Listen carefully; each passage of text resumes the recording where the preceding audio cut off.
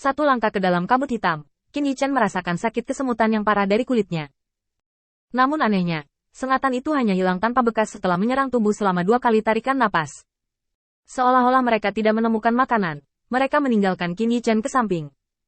Ketika dia masuk jauh ke dalam kabut hitam, Qin Yichen melihat binatang buas yang telah ditelan. Beberapa menjilati tubuh mereka dengan ketakutan di wajah mereka, beberapa menggigil ketakutan, dan mereka tidak berniat melarikan diri bahkan ketika mereka melihat musuh alami mereka. Qin Yichen terkekeh pelan. Tentu saja, aku tidak mengharapkannya. Pada siang hari, Qin Yichen pergi ke tempat kabut hitam telah menyebar. Setelah hati-hati memeriksa jejak pada hewan dan tumbuhan, Qin Yichen memiliki tebakan yang berani. Itu adalah kabut hitam ini, dan itu mungkin secara khusus memiliki kekuatan iman. Sekarang tampaknya kabut hitam ini bahkan tidak memiliki kemampuan untuk mendeteksi ketuhanan. Karena Qin Yichen memutuskan hubungannya dengan para dewa, semua kekuatan iman tetap ada pada para dewa untuk digunakan oleh orang-orang percaya. Qin Yichen dapat memobilisasi kekuatan iman oleh ketuhanannya, jadi dia tidak perlu tinggal di tubuhnya sama sekali. Karena itu, dia berani menerobos kabut hitam dengan sangat berani hari ini.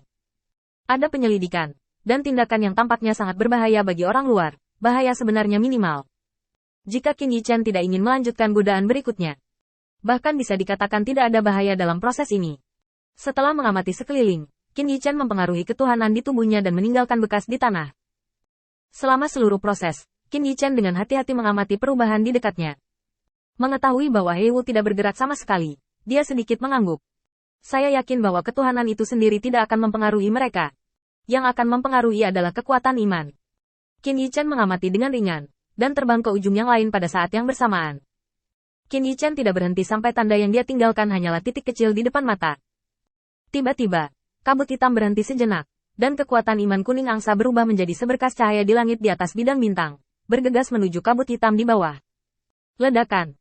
Kecepatan kekuatan iman terlalu cepat, dan tidak ada waktu bagi He Mist untuk bereaksi. Saat raungan naik, kabut hitam tiba-tiba berguling kembali, seperti ular berbisa yang dingin, menjalin kekuatan iman ini dengan ganas. Kabut hitam yang mengepul, iman yang meluap. Seolah-olah di langit malam yang gelap, bintang-bintang yang tak terhitung jumlahnya menyala. Sinar cahaya berangsur-angsur menghilang di langit membuka sungai panjang di kabut hitam. Bisakah Ruo Yinhe?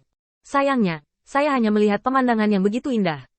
Dengan tangan di punggungnya, Qin Yichen berdiri di atas tumpukan kerikil yang diselimuti kabut hitam dan menatap pemandangan yang indah. Dengan berlalunya waktu, kekuatan iman yang ditransfer oleh Qin Yichen akhirnya menjadi air tanpa sumber. Setelah setengah jam, kekuatan iman habis. Kabut hitam itu tampak seperti binatang buas, membuka mulut mereka, menelan sedikit kepercayaan terakhir. Semuanya diselesaikan di sini. Qin Yichen datang dari langit, mengulurkan tangannya, dan merasakan perubahan dalam kabut hitam. Ini sedikit berbeda dari sebelumnya. Qin Yichen menjangkau lebih dalam ke kabut hitam. Dia bisa dengan jelas merasakan bahwa kabut hitam di area ini jauh lebih sedikit tertekan daripada sebelumnya. Kenapa kamu tidak mencoba lagi? Qin Yichen melirik kabut hitam yang menyebar, memikirkan kelayakan ide yang tiba-tiba ini. Saat melakukan trik semacam ini untuk pertama kalinya, pihak lain tidak akan melihat keanehan di sini, dan tentu saja akan mudah bagi Qin Yichen untuk berhasil. Tapi sekarang, setelah kekuatan iman diserbu, siapapun yang tidak bodoh akan melihat keanehan di sini. Lakukan sekarang, dan dia akan menjadi sasaran pria berjubah hitam itu. Begitu dia menemukan gerakannya sendiri, dia berada di kabut hitam lagi, dan dia hanya bisa menggunakan metode rahasia untuk melarikan diri dari area ini. Tetapi dalam hal ini, dia meninggalkan medan bintang ini dan tidak lagi dapat berpartisipasi dalam pertempuran berikutnya. Hal ini sangat merugikan pengumpulan intelijen. Satu-satunya kabar baik saat ini mungkin adalah bahwa kabut hitam ini menutupi terlalu banyak area. Bahkan jika itu adalah orang berjubah hitam, tidak ada cara untuk memperhatikan situasi di sini kapan saja. Setelah ragu-ragu sebentar, Qin Yichen melambai dan meninggalkan bekas. Pada saat yang sama, dia dengan cepat meluncur ke tanah dan dengan cepat melarikan diri dari kabut hitam. 5 waktu nafas. Aku harus cepat. Qin Yichen menarik napas dalam-dalam, dan kecepatannya sedikit meningkat. Saat dia menerobos kabut hitam, kekuatan iman di langit menyerang lagi. Ledakan. Kali ini, kabut hitam telah disiapkan. Kabut hitam yang awalnya menyebar dari segala arah tiba-tiba berkumpul bersama, dan kekuatan iman yang menghantam langit. Cahaya cemerlang ketika kekuatan iman dimusnahkan menerangi langit berbintang. Dalam kabut gelap, geraman rendah menyebar. Siapa ini? Segera, ratapan makhluk yang tak terhitung jumlahnya datang dari kabut hitam.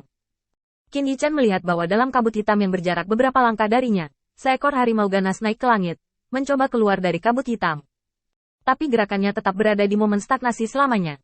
Kabut hitam di sisinya sangat kental, berubah menjadi rantai tanaman merambat, membungkus tubuhnya dengan erat, dan mengumpulkannya sedikit. Raungan harimau itu melambat dengan kecepatan tinggi.